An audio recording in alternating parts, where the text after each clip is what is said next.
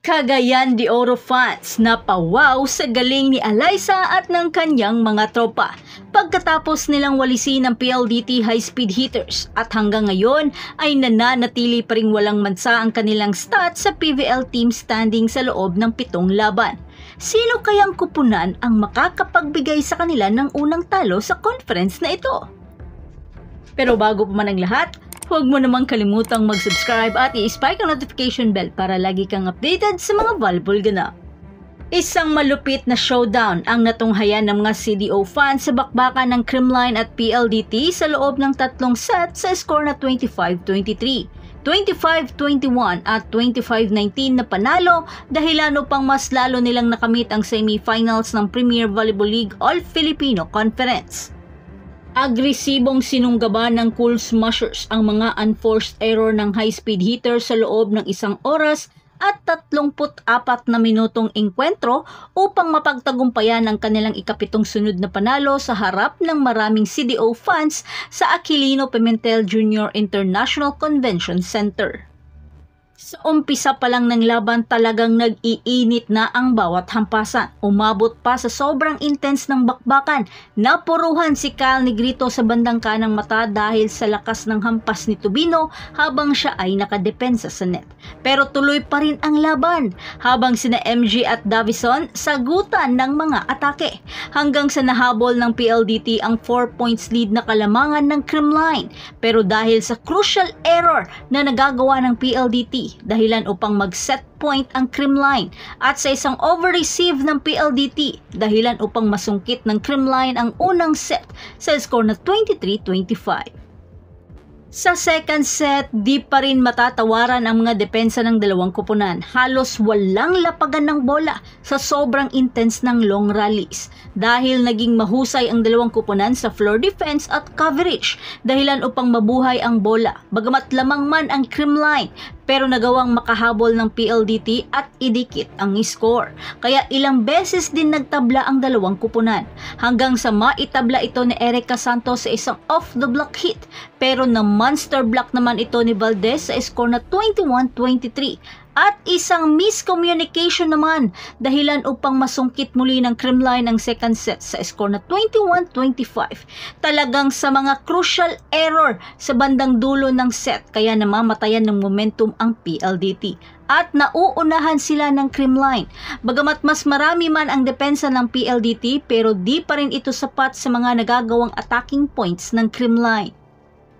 Sa puntong ito, mas lalong pumalag ang PLDT sa third set at nagawang lamangan ang Creamline from a 4-point lead habang palitan naman sa net defense sina Panaga at Del Palomata. Sa puntong ito, sina MG at Erica na ang nagsasagutan ng atake hanggang sa nahirapan ng huminga si Arado sa sobrang intense at nakakahingal na mga long rallies. Hanggang sa hindi na nga pinagbigyan pa ni Valdez na makahabol ang PLDT at nakuhang tapusin ni Gemma Galanza sa isang pangmalakasan niyang down the line hit dahilan upang walisin ang PLDT sa score na 19-25. Halos di magkarinigan ang lahat dahil sa hiyawan ng mga fans, dahil sa mga nakakahingal na mga long rallies. Talagang sulit ang pagdayo ng PVL sa mga iba't ibang probinsya na maaaring ma-experience ng ibang mga fans sa ibang lugar na makita live nilang mapapanood ang kanilang paboritong sports at players. Pero sana naman, sa Davao din meron, no? Nagbigay ng firepower sina Tots Carlos, Michelle Gumabaw, Alyssa Valdez at Gemma Galanza na naging halimbawa ng kahusayan ng koponan na nagbuo sa kanilang 6 na taong kampanya na gumawa ng 6 na kampyonato sa nag-iisang professional volleyball league ng bansa.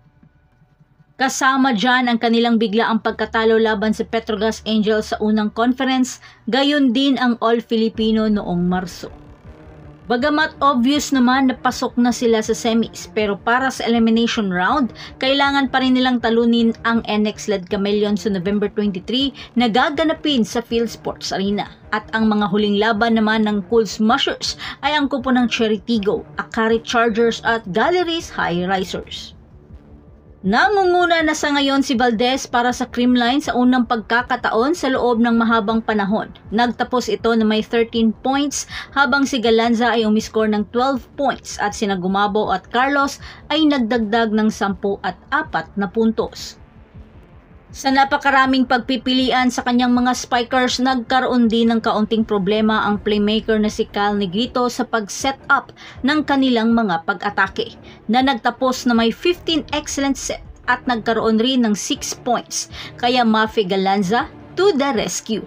Naging maayos naman ang pag-sub ni Mafe dahilan upang malamangan nila ang PLDT sa second set dahil na rin ito sa tulong ng kanyang floor defense. Nananatili ang PLDT sa panglimang pwesto na may 5 panalo at 3 talong record. Hindi nagtagumpay ang PLDT at pantayan ang Signal sa 6 na panalo at 2 talong record.